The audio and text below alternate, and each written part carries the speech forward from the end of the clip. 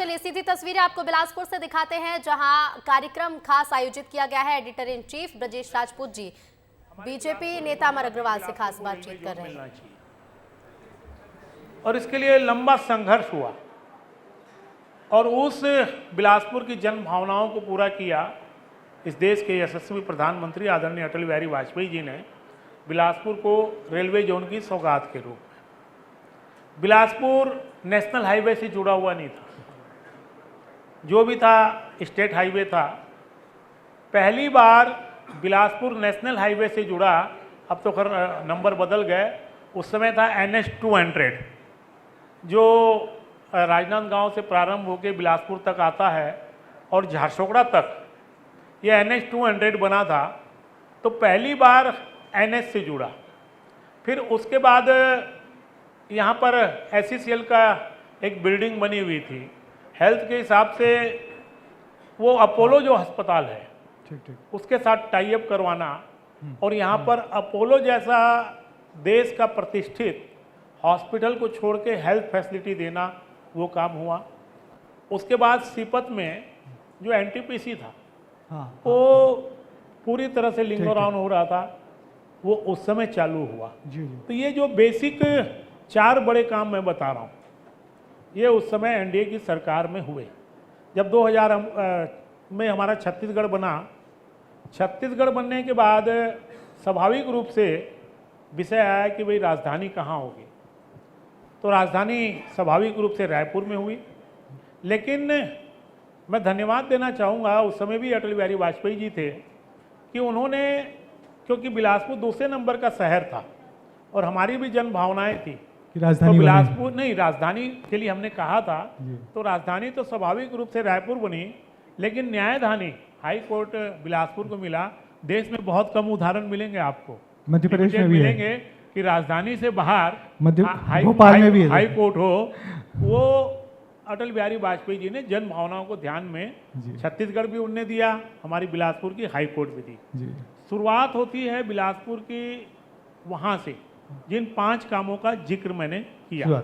उसके बाद 2003 में जब सरकार बनी तो मैंने जैसे पहले ही बताया कि एक विजन डॉक्यूमेंट के साथ हमने उस काम को प्रारंभ किया। उसके बाद बिलासपुर की जो पावर सप्लाई है उसके लिए सब स्टेशन का विस्तार कैसे हो, जिसमें 24/7 इलेक्ट्रिक मिलती रहे और एक अच्छे पावर के साथ इंटरप्ट ना हो, वो पूरी व्यवस्था हमने खड़ी की। वाटर सप्लाई हमारी 1 टंकी थी बिलासपुर में, आज पूरे शहर में वाटर सप्लाई। अब सेकेंड फेज में जो मैंने जिक्र किया कि सरफेस वाटर से, उसका काम चल रहा है 400-500 करोड़ रुपए का, जो बहुत जल्दी पूरा हो जाएगा, जिससे हम बिलासपुर का जो अंडरग्राउंड वाटर है उसको सेव कर सकेंगे। विकास के काम तो जो अमर जी लगातार चल रहे हैं, मगर एक बड़ी खबर आई है जो आपकी रुचि की खबर ही होगी। छत्तीसगढ़ में निकाय चुनाव की घोषणा हो गई है। 17, 20 और 23 फरवरी को वोटिंग होनी है। 18, 21 और 24 को मतगणना होनी है। और मैं देख रहा हूँ अभी आप जिस मीटिंग से आए हैं वहाँ भी शायद इसी सब की तैयारी को लेकर चर्चा हुई है बीजेपी के सभी वरिष्ठ विधायकों के बीच में। तो कैसी है तैयारी? नहीं, देखिए, भारतीय जनता पार्टी कार्यकर्ताओं पर आधारित पार्टी है और हमारा जो संगठन है वो जीवन संगठन है। 12 महीना चाहे चुनाव हो चाहे ना हो, लगातार जनता से कैसे जुड़ना, और जो हमारा सामाजिक दायित्व है, कभी पर्यावरण को लेकर, कभी अवेयरनेस को लेकर, कभी यातायात को लेकर, हमारा कभी सफाई योजना को लेकर, स्वच्छ भारत को लेकर, निरंतर हमारा संगठन बूथ तक और देश तक हमेशा क्रियाशील रहता है। और जो क्रियाशील संगठन रहता है उसको कोई अलग से तैयारी करने की ज़रूरत नहीं पड़ती। हमको तो कभी भी चुनाव हो जाए, चाहे चुनाव आयोग ने जो 17 से 24 दिया है, हमारी तरफ से तो 23 दे, हमारी तरफ से तो 30 भी करता, तो हम तो पूरी तरह से तैयार हैं। अभी मेरी कौशिक साहब से बात हो रही थी तो उन्होंने यही कहा था कि हम तीसरे चुनाव की लड़ाई में उतरने वाले हैं। केंद्र सरकार बना ली, स्टेट गवर्नमेंट बना लिया, अब नगरीय निकाय और पंचायत चुनाव। निश्चित तौर पे अभी तक छत्तीसगढ़ के नगरीय निकाय पंचायत के जो नतीजे आए हैं हमारा ही रिकॉर्ड हम तोड़ेंगे और सर्वाधिक सफलता आने वाले चुनाव में भारतीय जनता पार्टी को मिलेगी। मगर अभी भी बात तो वही है कि आपके सामने बड़ी चुनौती है कि नगरीय निकाय के चुनाव में अभी जो वर्तमान महापौर हैं वो तमाम कांग्रेस के लोग हैं, तो उन सबको वो सब फिर दमदारी से लड़ेंगे। नहीं, बिल्कुल लड़ना भी चाहिए। लोकतंत्र में अगर सामने वाला पहलवान मजबूत नहीं हो तो लड़ने में मज़ा क्या आता है। लेकिन देखेंगे कौन सा पहलवान मजबूत होता है, भाजपा का या कांग्रेस का। और मुझे तो विश्वास है कि भाजपा के पहलवान जो होंगे, कांग्रेस के जो पहलवान उनके सामने टिकेंगे नहीं। नहीं, निश्चित ही। और यदि वो टिकना भी चाहें तो आप उनको टिकने कहाँ देते हैं बताइए। नहीं। छापे लगातार छापे नहीं। चलते रहते हैं, तो छापों को भी लोग इसी से जोड़ते हैं। भारतीय जनता पार्टी का लोकतंत्र पे विश्वास है जी। मैं एक छोटा सा उदाहरण दूंगा। हाँ, मध्य प्रदेश के ज़माने से एक परंपरा थी कि हमारे यहाँ अध्यक्ष और महापौर का चुनाव सीधा जनता के द्वारा से होता था। जी। मध्य प्रदेश से चला आ रहा था। हमारी भी सरकार रही 15 साल, हमने सीधा चुनाव कराया। लेकिन पिछले बार इनने बदला क्योंकि इनको खुद को विश्वास नहीं था तो कि हम सीधे रूप से जनता से जुड़ जाएंगे। हम परेशान नहीं करते क्योंकि कांग्रेस का आत्मविश्वास पूरी देश में लड़खड़ा गया है। इसीलिए यही लोग सब उल्टे सीधे करते हैं। और जहाँ तक आप छापे वापे की बात कर रहे हैं, देखिए स्वतंत्र एजेंसियां हैं और अपना स्वतंत्र काम करती हैं। सबसे बड़ी बात देखिए, सारे केस प्रमाणित हो रहे हैं। देखिए पीएससी घोटाला हमने बोला, सीबीआई ने प्रूव कर दिया कि कैसे कैसे पैसा ट्रांसफर हुआ, किन किन लोगों ने लिया। जितने भी केस हैं सारे प्रमाणित होते जा रहे हैं। और बेल जो है सर्वोच्च न्यायालय तक ने देने से इनकार कर दिया। स्वतंत्र एजेंसियां हैं कोर्ट, और ये तो अभी शुरुआत है। अगर ये एजेंसियां आगे बढ़ेंगी तो इन्हीं के अधिकारी जो अंदर गए हैं या जो राजनेता अंदर गए हैं वही बोलते हैं कि हम तो एक मोहरा है, असली कोई और है। असली चेहरे तो आना बाकी हैं अभी। असली चेहरों को आप नकाब उतार रहे हैं। जैसे कि मंत्री विधायक की बात करें कि कांग्रेस के विधायक भी अब लखमा जी अंदर हो गए हैं, तो वो कह रहे हैं कि केवल राजनीतिक द्वेष के चलते मुझे अंदर किया। देखिए मेरे को देखिए, ये तो हर व्यक्ति जब कोई अपराध में पकड़ाता है कभी स्वीकार करता है क्या? वो दूसरे पे ही आरोप लगाता है, मैं निर्दोष हूँ, उसने फंसा दिया। उसका फैसला निर्णय तो फिर एक प्रक्रिया है, न्यायालय करती है और न्यायालय कर ही रहा है, सबके सामने आ ही रहा है। और सबसे बड़ी बात देखिए, लोकतंत्र में जो सबसे बड़ा फैसला होता है वो जनता का होता है। 5 साल में इनकी सरकार को छत्तीसगढ़ से बुरी तरह से नकार के जनता ने संदेश दे दिया कि छत्तीसगढ़ में ऐसे भ्रष्टाचारी हमको नहीं चाहिए। मगर जिस तरीके से आबकारी घोटाला में बड़े बड़े अफसरों के नाम आ रहे हैं, बहुत लोग अंदर हैं, विधायक जी अंदर चले गए हैं, मगर आप तो अपूर्व आबकारी मंत्री रहे हैं, तो मैं क्या 15 साल रहा हूँ। जी 15 साल रहे हैं, बताइए तो क्या ऐसे घोटाले की गुंजाइश होती है क्या? नहीं, बिल्कुल है, बिल्कुल घोटाला है। देखिए मैं 15 साल इस विभाग में काम किया हूँ।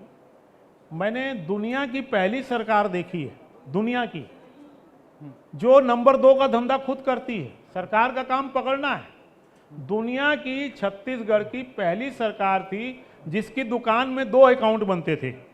एक अकाउंट जो सरकारी खजाने में जाएगा और दूसरा अकाउंट इनके जनप्रतिनिधि या कहना चाहिए उच्च स्त्री पे बैठे हुए, संविधान की शपथ लिए हुए उनके पास जाएगा। ये दुनिया में कोई सरकार ने नहीं किया, लेकिन कांग्रेस की सरकार ने किया। आप 15 साल तक मंत्री रहे हैं।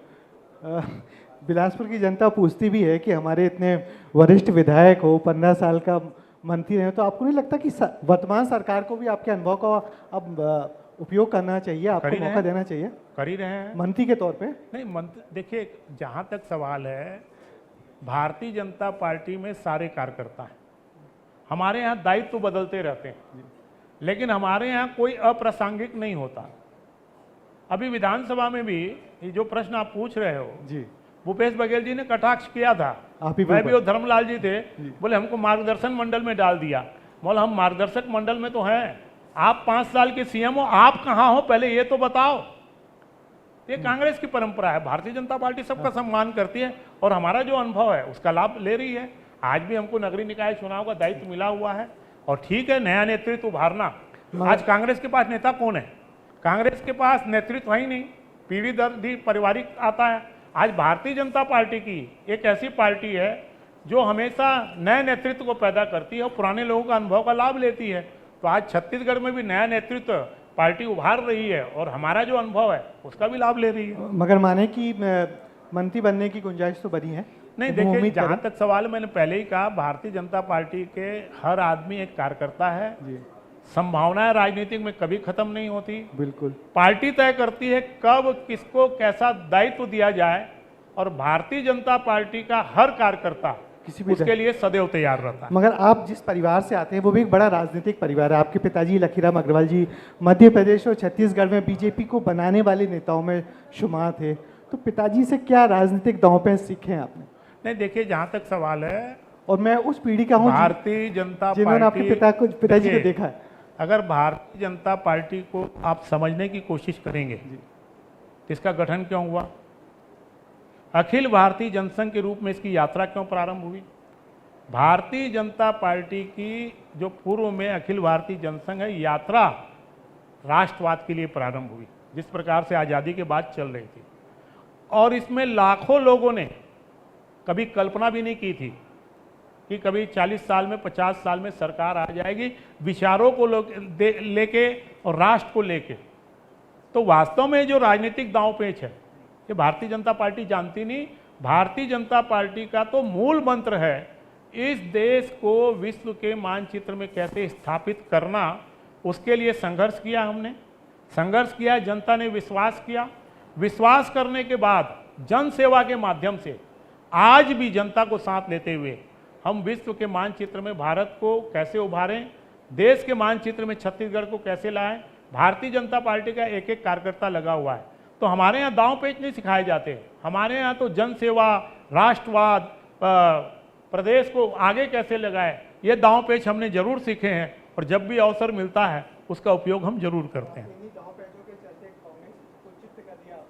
नहीं देखिए, जहाँ तक सवाल है, मैंने पहले ही कहा कि 15 साल हमारी सरकार रही तो कई बार एक स्वाभाविक एंटी इनकम्बेंसी होती है, बहुत समय हो गया, बदल के देख लो। शायद कांग्रेसी जो है सुधर जाएंगे 15 साल में, जनता सुधर जाएंगे, एक मौका और दे दिया। फिर जनता ने जब देखा 5 साल में कि ये तो सुधरेंगे नहीं और इनका मूल मंत्र है हम नहीं सुधरेंगे, जनता ने बोला अब जाइए परमानेंट, एक बार अवसर दे लिया, इसीलिए परमानेंट जनता ने इनको विदा कर दिया। ये भी 15 साल वाला है या और आगे जाएगा? नहीं, ये तो कांग्रेस का तो अगर आप देश में हाल देखेंगे तो क्षेत्रीय पार्टी के रूप में कांग्रेस सिमट रही है। आज अखिल भारतीय कांग्रेस, जिसकी कभी देश में पंच से लेके पार्लियामेंट तक तूती बोलती थी, आज उसको छोटे छोटे क्षेत्रीय दल धमकाते हैं कि आपको ये करना पड़ेगा, यो करना पड़ेगा। बहुत दयनीय दशा है। और छत्तीसगढ़ में तो ठीक है, चलिए शुभकामनाएं हैं कि ये चुनाव थोड़ा अच्छे से लड़ें। अच्छा, मगर जो नगरीय निकाय चुनाव है तो क्या पार्टी किन मुद्दों को लेके जाएगी? अपनी सरकार के कामकाज या पुरानी सरकार के भ्रष्टाचार? नहीं देखिए, जहाँ तक सवाल है, 1 साल हमको अवसर मिला है और एक साल में जितने हमारे अधिकांश मोदी गारंटी 2024 के हमने वादे किए थे उसको हमने पूरा किया है। एक दूसरा, हमारा 15 साल का जो कार्यकाल है वो भी देखिए जनता ने देखा है और तुलनात्मक अध्ययन किया है कि 15 साल में हम क्या थे, 5 साल में कांग्रेस, वो भी एक इशू है। इसके अलावा आगे, क्योंकि 5 साल में जो अव्यवस्थाएं हुई या 5 साल में जो डेवलपमेंट के काम रुके या जो हमने किए थे वो अधूरे पड़े, जनता हमसे अपेक्षा करती है। वो भी एक मुद्दा होगा कि आने वाले जो 3 साल 4 साल में है हम क्या करेंगे, वो भी एक मुद्दा होगा। केंद्र सरकार की भी उपलब्धि होगी, राज्य सरकार की भी उपलब्धि होगी। और जहाँ तक मैं समझता हूँ कांग्रेस के भ्रष्टाचार का, वो हमको बोलने की जरूरत नहीं, वो जन चर्चा का विषय है। वो तो रोज ईडी वाले, सीबीआई वाले पेपर में आते रहता है, वो जनता जानती है।